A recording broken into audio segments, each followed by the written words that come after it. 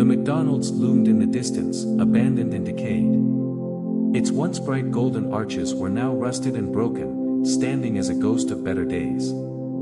I told myself this was a bad idea, but I couldn't resist. The rumors, whispers of disappearances and strange events, had been too much to ignore. Curiosity led me to this cursed place. The door creaked open, the sound echoing like a warning. Inside, the air was thick and oppressive, reeking of rotting grease and something far worse. The walls were cracked, their once cheerful colors faded to a lifeless gray. Broken furniture and scattered debris painted a picture of chaos. Every instinct told me to leave, but I stepped further in. I moved cautiously, my flashlight cutting through the shadows. Broken toys lay scattered across the floor, their cheerful faces now haunting in the gloom. A shattered ice cream machine stood as a monument to despair. Faint laughter seemed to echo, distant but unmistakable. My pulse quickened as I realized I wasn't alone. That's when I saw it, a door partially hidden behind a pile of debris. It looked almost untouched, strange compared to the decay around it. My gut screamed at me to turn back, but my hands moved on their own. I pushed aside the wreckage, my breath hitching as I reached for the handle. The door opened with a low groan, revealing darkness beyond.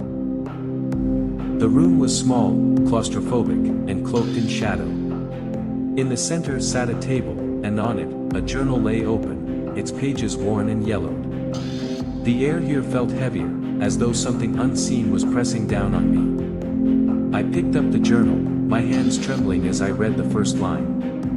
The words sent a chill straight to my core. The journal was a desperate account of the McDonald's final days. The customers changed, one entry read. Their smiles twisted, their laughter turned to screams. And then, they started to disappear. My breath caught as I read the last line, the statue, it moved. It spoke. It's watching me. I looked up and froze. In the corner of the room stood the Ronald McDonald statue, its painted grin now a grotesque sneer. Its head tilted slowly, almost curiously, as if it knew I was there. My flashlight flickered, and for a moment, I thought I saw it move. Then, a deep voice echoed around me, "You will serve me, forever." I dropped the journal and ran, my heart hammering in my chest.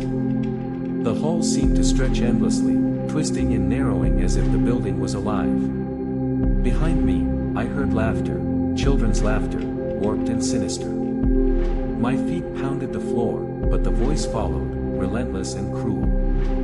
"You can't escape," it taunted. Bursting out into the night, I gasped for air, my legs trembling beneath me. The building loomed behind me, silent but menacing, as if it was watching. The laughter and screams echoed in my mind, refusing to fade. I didn't dare look back, too afraid of what I might see. But even outside, I couldn't shake the feeling, I was still being followed. Days later, I sat at my desk, unable to sleep, the memories replaying over and over. An article on my screen caught my eye, disappearances linked to abandoned McDonald's. My hands shook as I scrolled through the photos of smiling employees, their faces eerily familiar. And then, the screen flickered. A voice whispered from the speakers, "Come back."